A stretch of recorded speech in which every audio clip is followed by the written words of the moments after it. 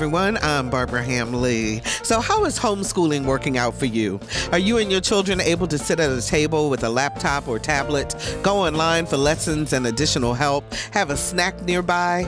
Do you have access to your child's teacher in case you have questions? That's great. But what about the students with no computer, internet, access to a teacher, or a parent who has the time to teach? How do they continue to learn during this coronavirus pandemic? How do we help children of color stay on track with their education? Up next on Another View, school is still in session and there are resources to help. Stay tuned. Another View will be right back after this news from NPR.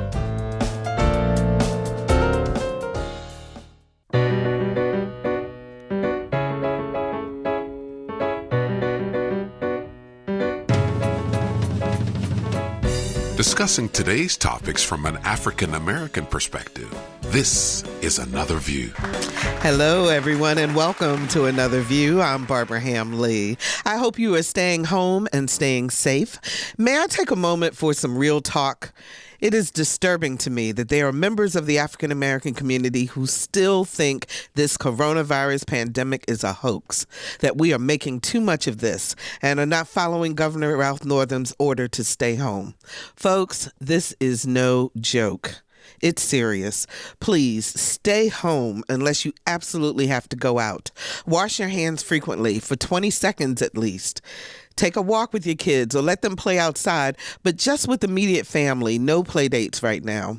And I know it's frustrating, but no parties, and please stay off the basketball court. The spread of this virus will get worse before it gets better, but it is imperative that we all do our part to keep ourselves, our families, and our communities safe. So unless you need to go get groceries or medicine or you have to go to work, stay home. Working together, we can and we will get through this. Our governor has ordered all schools to remain closed for the rest of the school year, but school is still in session. But the same racial inequity that you find in brick and mortar schools continues in homeschooling situations. We already know that the educational achievement gap between African American and other racial groups is real. But the question is, how wide will that gap continue to grow in light of our current situation? We're happy to have with us today Chris Stewart. He is Chief Executive Officer of Bright Beam, a nonprofit network of education activists demanding a better education and a brighter future for every child. How you doing, Chris? I'm doing so well. Thank you for having me on this morning. Thank you for being with us. We appreciate it. And we also welcome Elmer Seward, Vice President of Education Services here at WHRO Public Media. As you are aware, WHRO Public Media is owned by 21 school divisions in Eastern Virginia. How you doing, Elmer? I'm doing well, Barbara. How are you? I'm doing great. Thanks so much for joining us. And later in the show, we'll talk with some community activists who are working on the front lines to ensure continued education of our children. Chris, I'm going to start with you because Bright Beam, you guys did a report back in January before this coronavirus and before everything kind of turned topsy-turvy, called The Secret Shame, How America's Most Progressive Cities Betray Their Commitment to Educational Opportunity for All. And the report is about the achievement gap between African American and Latino students and white kids. Can you give us an overall summary of what your findings were? Yeah, I think one of the best ways to point at where we started from, we looked at a really jarring example in San Francisco. San Francisco County in California is the wealthiest county in the entire state, and yet they have some of the poorest outcomes with Black students in the entire state. And we couldn't really get our mind around how such a advanced, world-class, ultra progressive city with lots of resources and so much going for it would actually be doing among the worst school districts, specifically with Black kids in the entire state. That didn't make sense to us. As we dug in, we found out that they weren't alone, that we could replicate that same problem in places like Seattle and Portland, Minneapolis, places that are seen as very, very resourced, resource intensive, high populations of college-educated people, booming economies, and this one thing that united them, inability to educate kids of color. So that led us to the report. That led us to take a look at we started with 50 cities, and we took the top 12 conservative cities and the top 12 progressive cities. How did you determine? Is that based on political leanings in terms of how did you determine what was a progressive city versus what was a conservative city? Yeah, great question. That came from an MIT study that was done on those 50 cities, and it was basically based on their municipal government and the way that voters vote, the types of things that voters vote for. So it was really based upon the municipal government and the policies in which their electorate, their constituents favored, favored or not favored.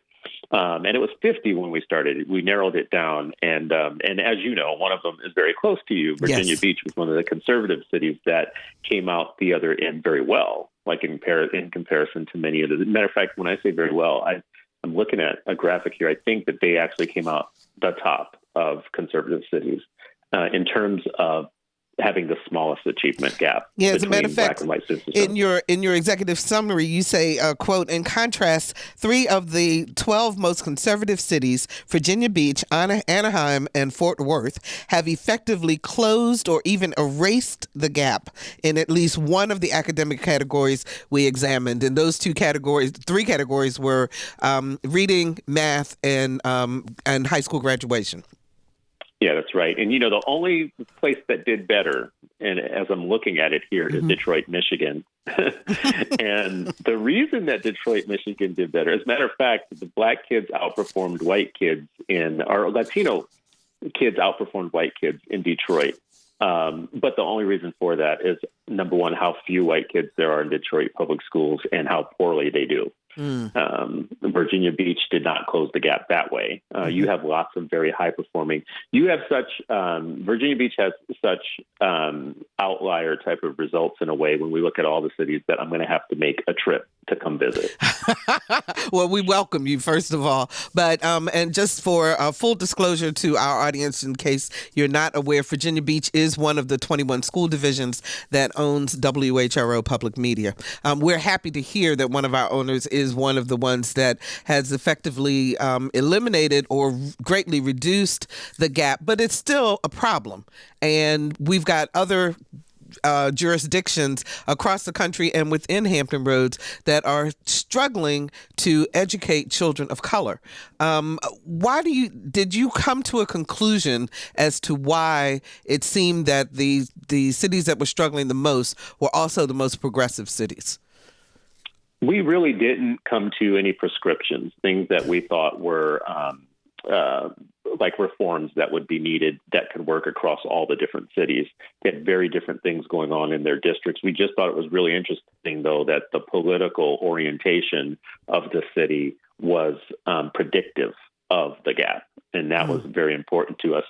What we came out with the other end, we could do another report, and we're still thinking about this, to look into what are the pedagogical drivers of these things that may be different in these cities. Like, are some districts more traditional, like teaching reading in a very traditional way versus, I'm a child of the 70s. I've seen reading and math change like 5 times. Many of us that are home with our kids right now are looking at what they're bringing home in terms of math, and it's gotten really wacky in some places, right? So there's lots of potential to dig in further than what we did in our report. So to find out the why. Knowing that we've got this gap and knowing that it is a problem, a big problem for our country, and now we are home for 6 months, in essence, because most of the schools closed at the beginning of March or at some point in March, and now won't go back until September. What do you think will happen in terms of this gap? Is it going to continue to widen?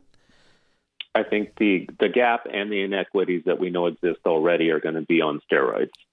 So I think right now what we should be paying attention to is the children that live at the margins of American prosperity need us to continuously put them at the front of center in every argument, debate, every interaction that we have with elected leaders and elected officials.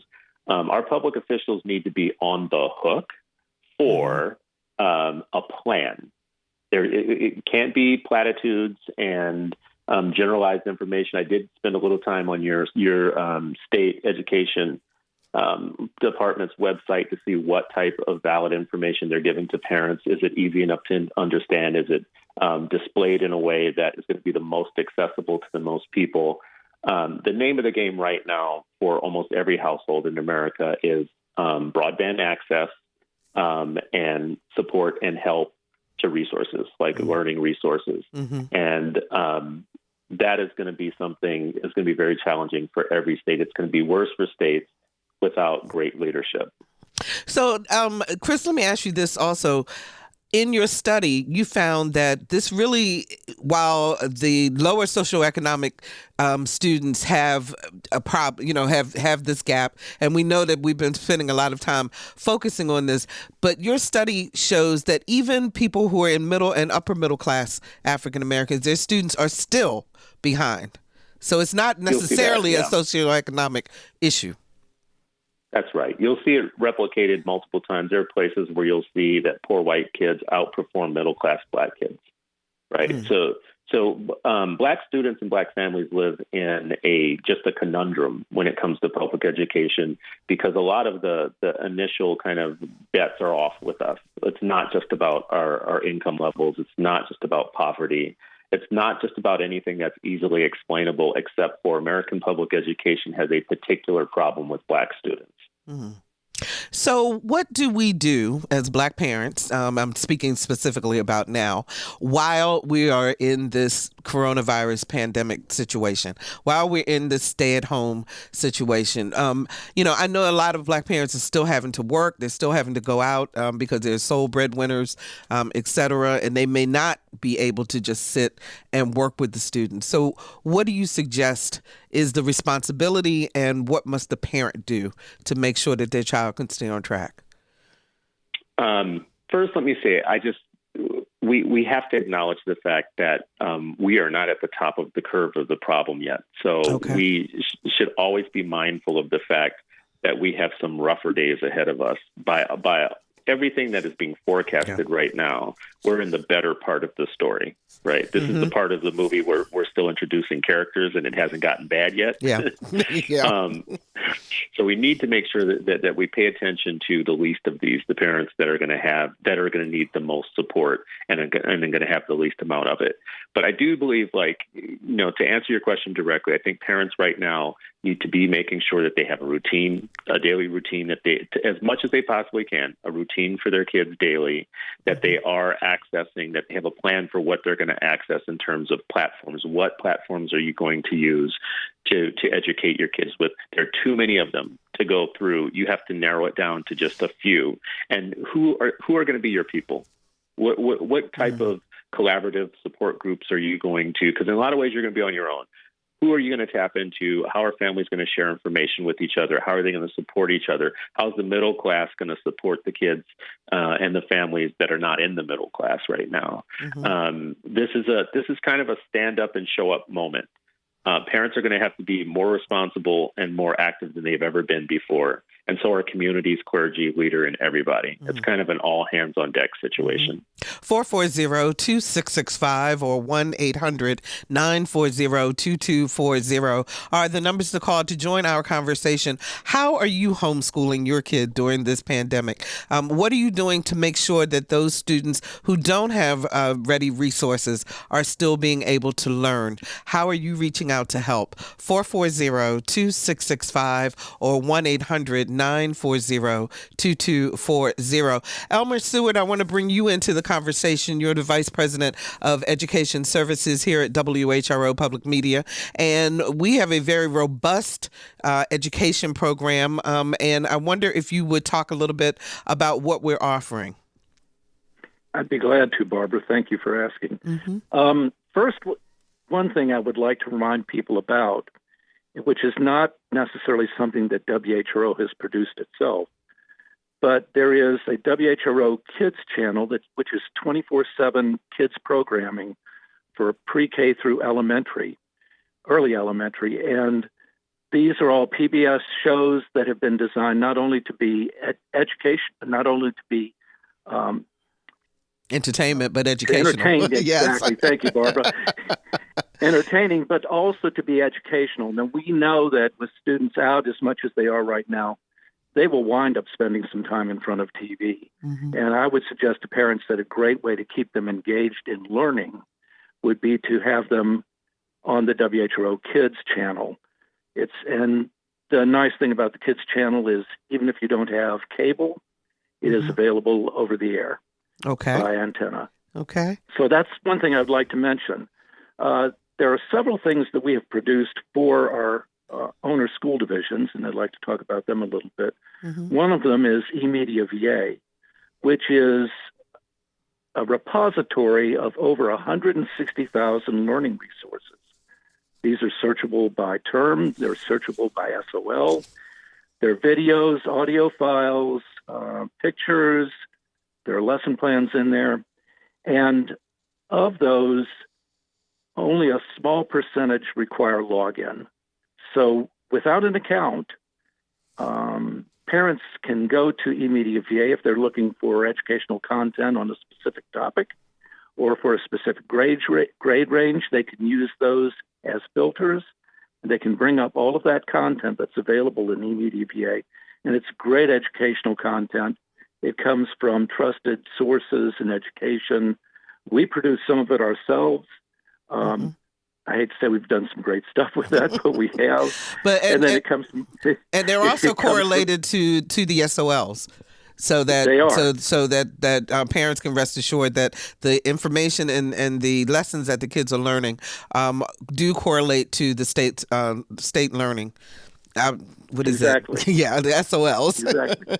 And they come from other places like National Geographic Education, Science Museum of Virginia. We have over 500 providers. It's a great source of educational content. Then we also have 25 high school courses that are online courses that we've produced. These are originally designed to be used within a learning management system, and which is basically a system that allows you to set up discussion forums, set up quizzes and tests.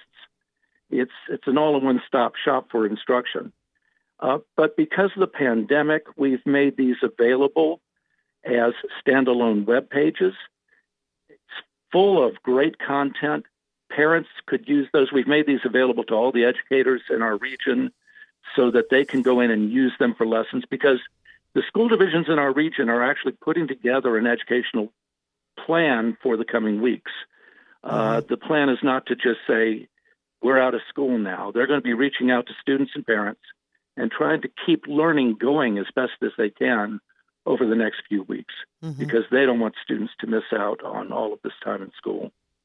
You know, Elmer, a lot of this sounds really good, but it sounds a little bit intimidating also in terms of if you're a parent who may not be very comfortable either on the online space or in dealing with teachers or with dealing with this kind of new way of learning. How easy is it to utilize these resources that we're providing? Okay, let's talk about those two I just mentioned, eMedia VA. You go to emediava.org, you'll see a page that has a search feature at the top, just like you see in Google. You type in the term that you're interested in. There are filters for grade ranges, so if you're looking for stuff for, let's say, pre-K through early elementary, you can actually set pre-K and, let's say, grade 3. So it'll only bring that up. It won't bring up content for high school students. You hit go, and it brings up the content. You just scroll down the page. There's a brief description of each item. You can click on the ones you like, and it brings you up to that page where you find out more information.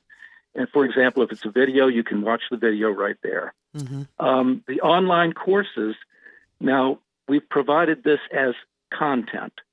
They're not really courses that somebody will just go in and do. We're providing the content out there so people can see it and use it. So it's easy to go to the page, select the course, you click on the course name, for example, Algebra 1, then you click on the topic that you want, then you click on the lesson you want, and there's all the information you need for that lesson. There are videos, there are interactivities, and there's text as well. So it's not, if you can click on links, It's easy to use. Okay. All right. Chris, let me ask you this, because I noticed, I watched also the videos that you had on Brightbeam about the conversation that you were involved in with teachers, parents and students, African-American teachers, parents and students, about their in-school experience. And in this situation with this pandemic that we're dealing with now, if you were already a parent who was nervous about interacting with your child's teacher or felt intimidated in some sort of way, are you likely to still reach out to them now? And are those teachers going to be available to you? I think they're going to have a very hard time maintaining communication between schools and families where the communication already wasn't great. And we're starting to see cases of students being considered like having dropped out just because the communication is so bad. There are 15,000 students in Los Angeles County, as they have transitioned to online learning, that are just MIA, and they don't have a robust system for making sure they're having good communication with them. Wow. Like they're finding them, they're knowing what they have going on. And I just want to back up a little bit to amplify like one of the things we just really need to be looking out for. Mm-hmm. The reason that we know we have an achievement gap is that we have data that shows we have an achievement gap. And with states suspending the systems that help us gather that information and suspending things like annual testing and letting districts off the hook for even keeping good records around where students are, means we're going to have to be doubly kind of vigilant about making sure whatever platforms we use for our kids' learning, that it's the kind that has an assessment factor in it that tells us whether they're on track or not on track for their grade level. This is going to be very important because 2021, a year without that data and that data gathering, if you were already behind, if the state of Virginia had a certain number of kids that were already three grade levels behind, for instance, in reading or in math, and you don't do the diagnostics this year to understand how they're proceeding or how they're progressing or not, and you don't have formal instruction going on and very good systems of making sure that kids get it, 2021 is not going to look very good for us. So how would a parent know them? And Elmer, I'll ask this to both of you, because both of you talked about the fact that there's so much information out there, but how do you know what's the credible way to go so that you can make sure that your child is staying on track or even improving? I'll start with you, Chris. Well, I mean, one thing that I like what I've heard from you all is the things around like trusted sources like PBS. We know that if there's a trusted brand on something, Khan Academy is one that comes to mind for a lot of folks that has been tried, tested, researched. But I actually really want our states and our state superintendents of education to be on the hook for making sure that they don't have these hard to read, hard to understand, laborious websites that they have that aren't serving the purpose of making the public smarter about what they should be doing right now. They should all be thinking about ways that they make this information incredibly simple, and they should be doing it fast. It should be, like going through Virginia's website, DOE website, to me is an exercise in, well, let me just say this. It's a good candidate for redesigning it quickly to be practical for parents to use. For parents to understand and use. Elmer, how would you measure what a good place for parents to go? Obviously, besides WHRO Public Media. Well, as I said, the local school divisions are putting together plans right now, and I know they're working feverishly on this. And I think one of the things we need to keep in mind about where we are right now is that we're all trying to deal with a very new world that we weren't expecting just weeks ago. So everybody is working hard to try to put together something that would be a meaningful plan for students over the next few weeks. So I would suggest to parents to go to those school division websites and look for information there. I think each school division will have their own plan for communicating what they're doing to their parents. And obviously, this is a time where it becomes more difficult for school divisions to get the word out. But I think the school division's website is a good place to start. Okay, if you're just joining us, we're talking about keeping minority kids on track while being homeschooled with Chris Stewart, CEO of Brightbeam, a nonprofit network of education activists demanding a better education for all children, and Elmer Seward, Vice President of Education Services with WHRO Public Media. 440-2665 or 1-800-940-2240 are the numbers to call. I really want to hear from you about what you're doing in the community to help our students stay on track. And speaking of that, we want to bring on into the conversation Dr. Melvin Mariner. He is the pastor of Grove Baptist Church in Portsmouth, and they are busy having school, I believe. Is that right, Pastor Mariner? Good afternoon. Yes, Barbara, we are trying to stay meaningful in this chaotic season. Yeah, absolutely. So what are you guys doing in terms of making sure that the students, particularly our African-American students, are staying focused on their schoolwork and preventing the achievement gap from widening? Well, we've had to broaden our scope. We have a program called Strive, students taking responsibility in valuing education. It is also state-funded through one of our grants. And what we're trying to do is simply become a supplement to the public and private school system as parents are now pushed into a new norm of having to homeschool. So we have a Zoom program in place. We have currently about 75 to 80 students involved with that, which is a bare minimum of those students who should be involved in this season. But we're trying to just be that supplement for the public school system in our community, which is predominantly African-American and minority. We're just trying to keep them in tune to what is happening. So we have a Zoom program we're using. We have tutors, 1-to-5 ratio, and trying in to person? make sure that... Or is it all on Zoom? On Zoom. Okay, everything's on Zoom. Okay. One thing we're trying to make sure that we respect the authority, the leadership, their regulations they're put in place. So the faith-based, we also want to show respect for leadership. At the same time, we don't want to widen that gap that we see possibly coming. And so Grove is now, we're not only going to be feeding kids every day, we're feeding about 45 students every day. And also, so keeping them in tune, helping them out with homework, helping them out to stay positive. And so our tutors are being paid because this is a very tough season for everybody. So how do you reach out, Dr. Mariner, to those students that may not have computers? You know, those are the ones I'm concerned about, or they may not have good internet access so that they can actually get on Zoom. Are you guys reaching out to them in any kind of way?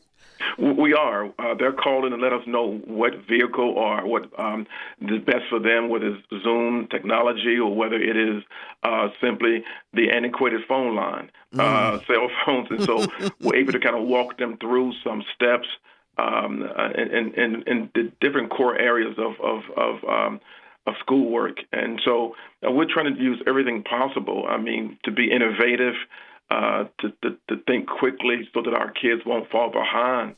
And I'm just so scared as I listen to the other professionals on the line about where this could lead in a year to come. So we're trying to make sure that they stay in touch, again, via phone, cell phone, or Zoom.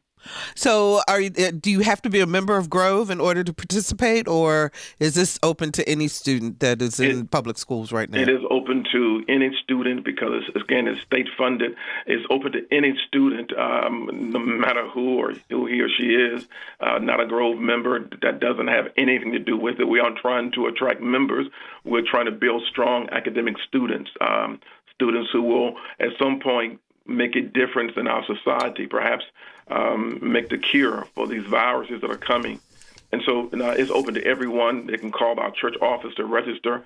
That number is 757-484-4149 to leave the proper information, which is their name and their contact information. And one of our tutors will reach out to them and to really ascertain their area of need. Fantastic. That number again is 757-484-4149. Is that correct? Do a brief registration. We want parents involved because parents are becoming the homeschool teacher. And so we need to walk them through the process as well.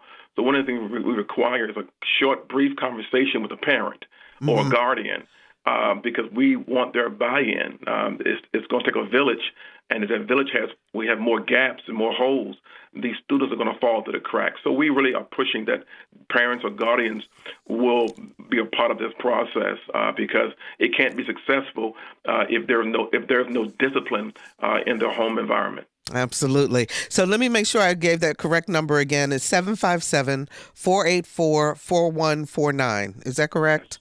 Yes. Okay, fantastic. Dr. Mariner, thank you so much for spending some time with us on the show today. And thank you for all that you're doing to help our children. We really appreciate it. Thank very, you for very getting much. the word out. Thank you for getting the word out. Not a problem. Chris, I want to come to you for a moment. When he talked about the fact that parents need to set a schedule and they need to have discipline within the home in order for this to work, I want to get your feedback on that. I think it's absolutely essential. It's the right thing. It's the right first piece of advice, not just for your kids, because it is good for them to have a routine so that they don't give you a hard time, right? Like this is the time that we do breakfast every day. This is the time that, 9 o'clock, you are supposed to be doing your reading module. You're supposed to read from this time that, you're supposed to go outside for this period of time. That just keeps them on track and you don't have as many fights. But let's just be real. That's also for your sanity, too. That's not just for them to have a schedule. Because what I really worry about, very honestly, can I raise just two issues that I think are really before us? Number one, parents are going to get stressed out at some point. This is all new to us. This is, and the best situated parents are eventually this is going to get old for people. And we don't have an end in sight right now. So we have to pay attention to the things that are going to help us. A routine will help us. Tools will help us. Collaborations like with the church and with other people is going to help us just keep our mind in the game. And we need that right now. The other thing I want to raise as an issue, if we want to keep in mind the kids that are at the margins, is if you have a mom, for instance, who's a shift worker and she's the sole or only breadwinner, and she becomes one of the people that gets sick.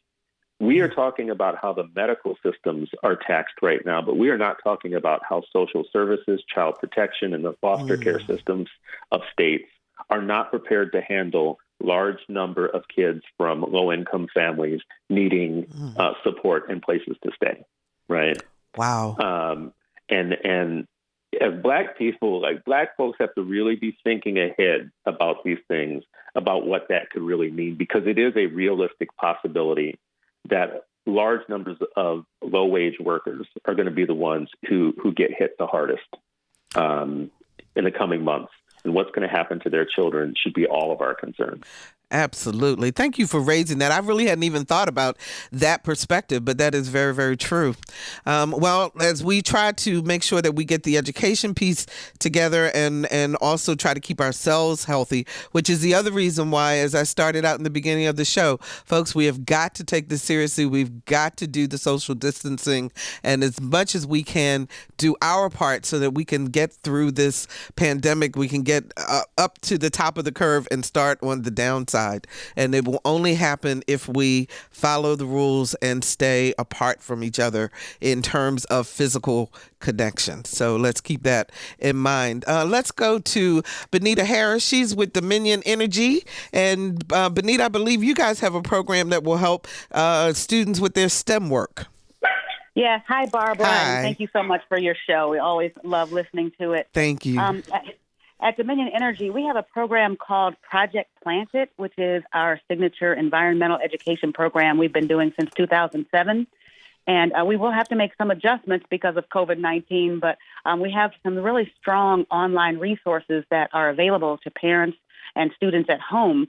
If parents are looking for creative ways to engage their students, they can still have fun and learn some important STEM principles that also support what they will be tested on for their SOLs. Okay. And where will parents find this information or students? They have to go to projectplantit.com, which is our website, and under the Educator Resources tab, they can find educators' guides that include 12 lessons plans in STEM subjects, a tree reading list about, the importance of trees, several activities that families can enjoy together, And there are also interactive games on the website that students of all grade levels from K to 12 can play while they learn. Oh, that's fantastic. Give us that website one more time. Again, it's www.projectplantit.com. Projectplantit.com? Correct. Okay, fantastic. Well, thank you very much for letting us know about that. And we want to provide as many resources as we can to our listeners so that we can keep our kids engaged. How are you making out at home with your two teenagers? Absolutely. I'm taking notes on your show right now. I think that Dr. Mariner's Strive program sounds excellent. We are trying to homeschool, but it's difficult because my husband and I are both still working full time. I'm working for Dominion Energy, and my husband is a teacher who has 88 students that he's trying to keep up with virtually now. Wow. And also try to help them stay on task. We have tried to develop a routine, like you mentioned already on the show, and make sure Chesapeake Public Schools have done a great job of getting learning content available online so that they can try to keep up with what they've learned. And they've been doing things in phases to give teachers a chance to figure out the best way to handle this situation. And they've reached out to all the students to find out if we have online access. And for students in Chesapeake that do not have computers, they're working to get them computers that are already on hand.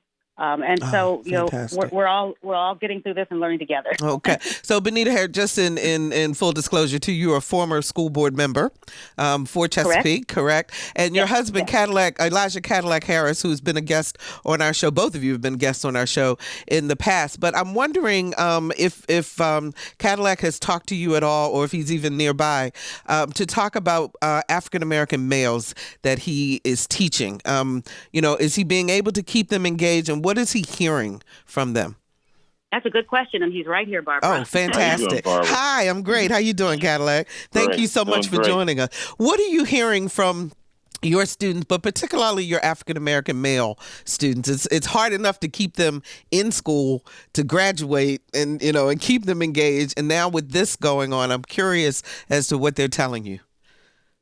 Well, they're in dire need of additional resources, and your show today is certainly providing a measure for that. But they're in dire need of mentors, and with the virus, you can't be near them, so you can't really gauge how much they're gaining, and you can give them information, but you don't see whether or not they're processing the information and in real time and getting it back where it needs to be. So that's the major challenge. I wonder if should people then maybe be reaching out to these young men, even if it's just to have a conversation, to let them know that people are thinking about them and caring about them.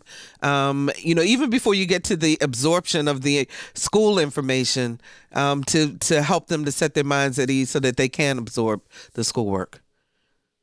You're absolutely right that we should use every measure that we possibly can to reach out to the students today because of the limited resources that they have, and with the absence of fathers and mentors in their home life, it is ultra important to reach out to the students today. Okay. Thank you so much. Cadillac and Benita Harris, we appreciate you guys being guests on the show, even though you didn't know you were going to be guests on the show. Thanks so much for joining us. I appreciate you very, very much. Thank you. Okay. Take care. 440-2665 or 1-800-940-2240. Chris, I want to ask you that same question. What about our Black males and their education? What are you finding? What are you hearing through this coronavirus pandemic? I think it's the same thing as the principle before. I mean, whatever inequities existed before all of this are going to be amplified times 10. They're just going to be on steroids right now. And what your guest just said, I think, is the most important part. We need more resources. We need more resources adequate to the task, because we're in a different season now. We have a different thing going on. We needed resources before, but we now are going to need leaders and people to step up and be specific about what they're going to provide to families and communities to help address problems like we're going to have. We were already having problems with the way that Black boys are treated in public education, the way that they have very low expectations for them, the way that their data isn't taken seriously or whatnot. That's not going to get any better right now. So I'm happy to hear, even from your guests today, that within your communities, you have people that are addressing it, but really resources are the name of the game, making sure that they have what they need. Yes, 440-2665 or 1-800-940-2240. I want to bring into the conversation now Star Armstrong, and she is with Clever Communities. And Star, you guys are doing something really innovative on Facebook. How you doing? I am doing well. How are you, Barbara? Good, I'm doing great. Tell us about Storytime on Facebook. Yes, so we have our Let's Get Clever virtual community read-in.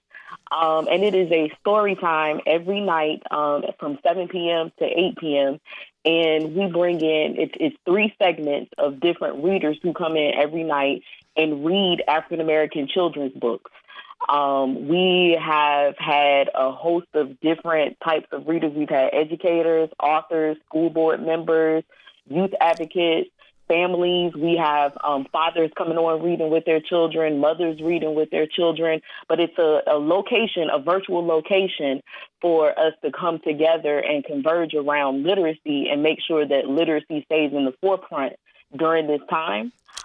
We've also found that it's a way to build community, whereas social distancing is the order right now, and a lot of people are feeling anxiety and different things as a result of that. But each week, if not each night, the community just grows stronger around something, a positive initiative. Fantastic. So this is on Monday through Friday from 7 to 8 p.m., and you find it on Clever Communities in Action's Facebook page, correct?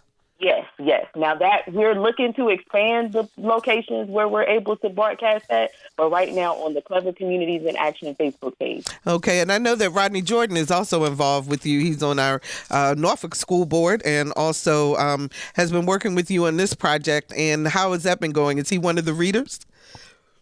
Yes, he is. He's a host. He is a co-host with me, and he is one of the readers.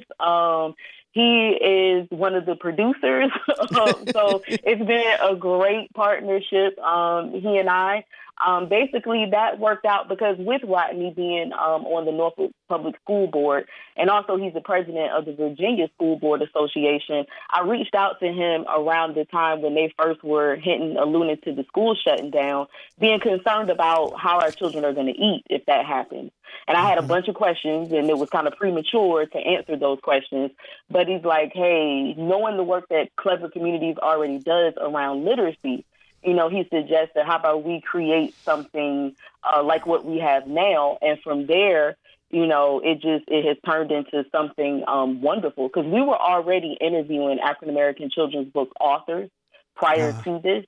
And it just made sense for us to build this platform. And like I said, it just continues to grow.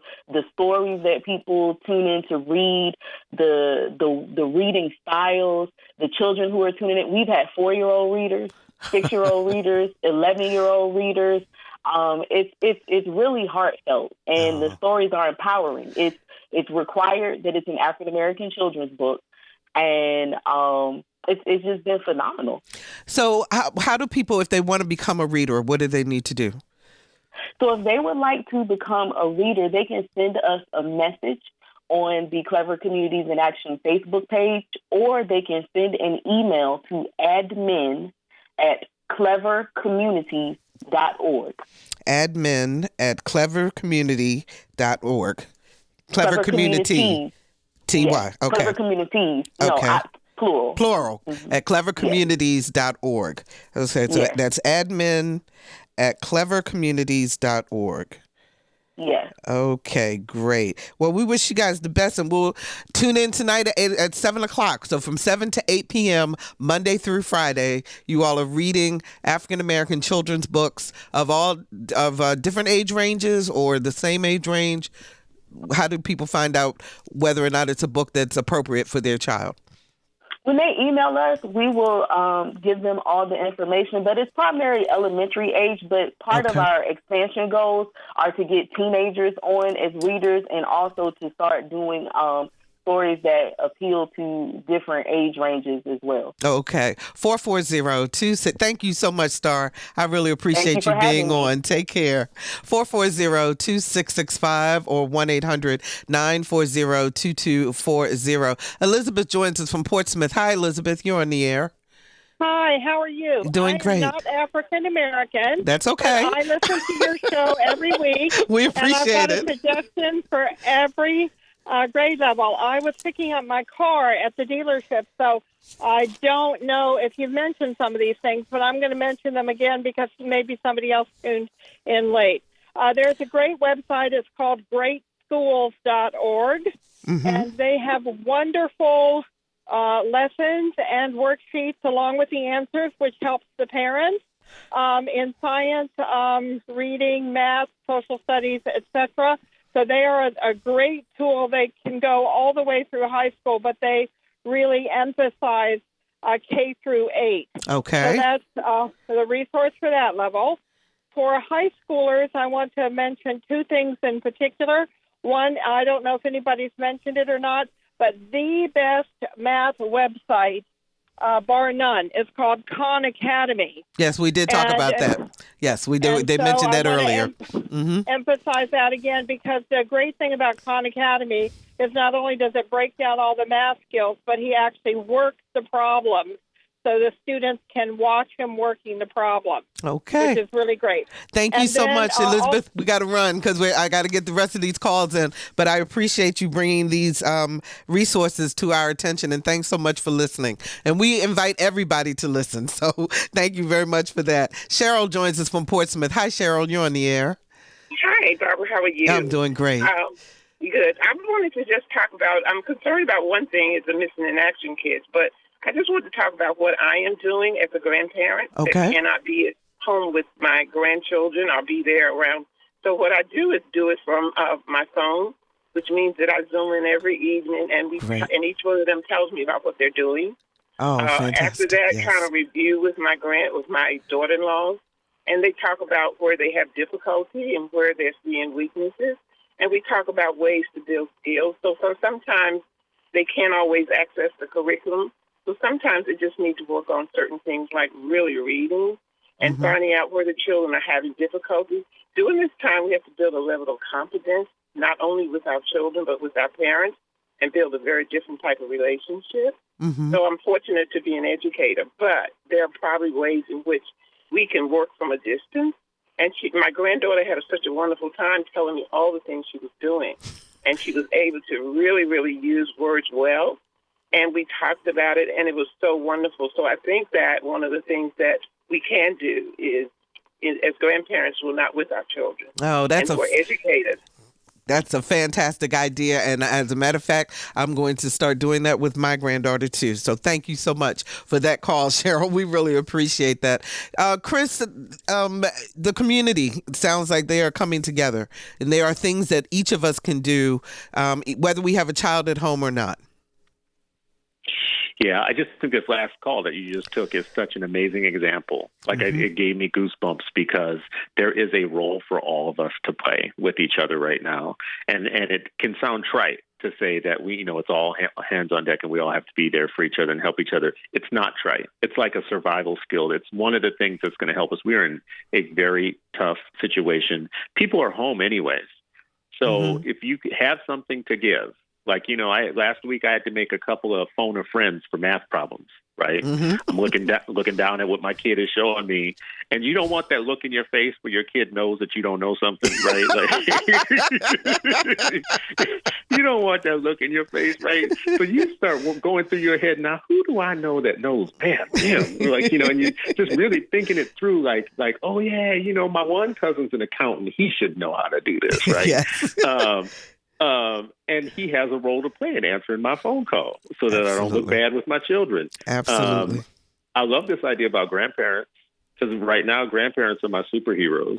What she just said gave me chills because it's something, number one, that will keep family connections going and keep a routine of family contact. But it also is sending a message to students that we all care about your education. Like, this is important. Absolutely. Well, we are just about out of time. One last piece of advice you might want to give to parents as we all navigate our way through this, Chris. Be very clear on what resources you use that are best for your child. There are a million resources out there. You don't need them all. You just need the ones that work for your kids. And look for ways to assess whether your kids are making progress or not. It was mentioned a couple of times on this call about Khan Academy.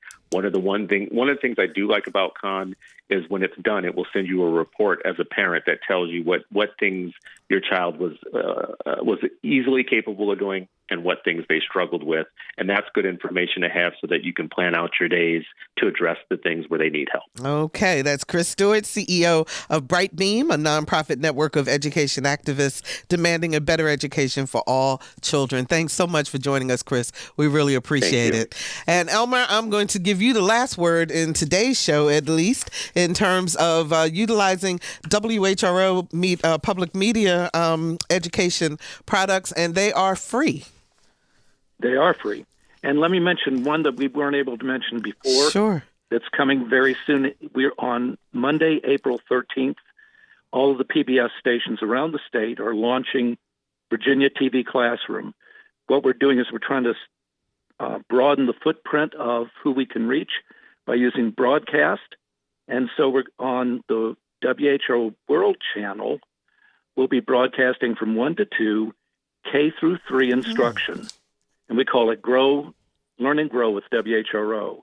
And then from 2 to 3, we're going to have middle school math and literacy instruction. From 3 to 4, high school instruction in Algebra 1 and Earth Science. And then the week before the AP exams, that'll be in late April, we're going to be broadcasting some AP review.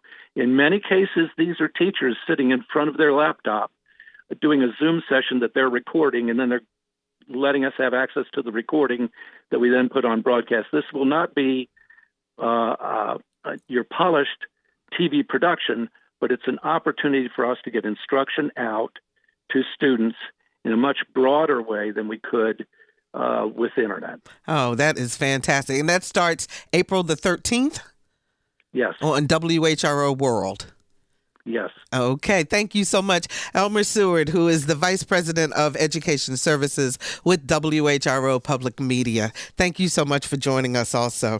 And let me wrap up today's broadcast by encouraging all of us to do what we can to help our children succeed. This pandemic will come under control and our lives will get back to some sort of normality, but our children must continue to be prepared for the future despite what's happening now. So read a book to a child, offer encouraging words to a struggling parent, offer your expertise online if you're an educator, do something to help our young people succeed. And if you'd like to be a reader for Let's Get Clever, a virtual community read-in, go to admin@clevercommunities.org. If you want to find out about tutoring possibilities through Grove Church, the number to call is 757-484-4149. And if you'd like to go to Dominion Energy's program on STEM, you can go to, let me find that email address again. You know what? Project Planet. That's it. .org. So please, that again is projectplantit.org. Thank you so much for joining us, everyone. We really appreciate it. Next week on Another View, it's the Another View Roundtable done from home, and it should be an interesting challenge for me talking to those four ladies. Our theme music was composed and performed by Jay Sennett. Lisa Godley is our show producer. Todd Washburn is our audio engineer, and Victor Bowen answered our phone calls. I'm Barbara Hamley. Stay safe, everyone, and stay home. We'll see you on the radio next Thursday at noon for Another View.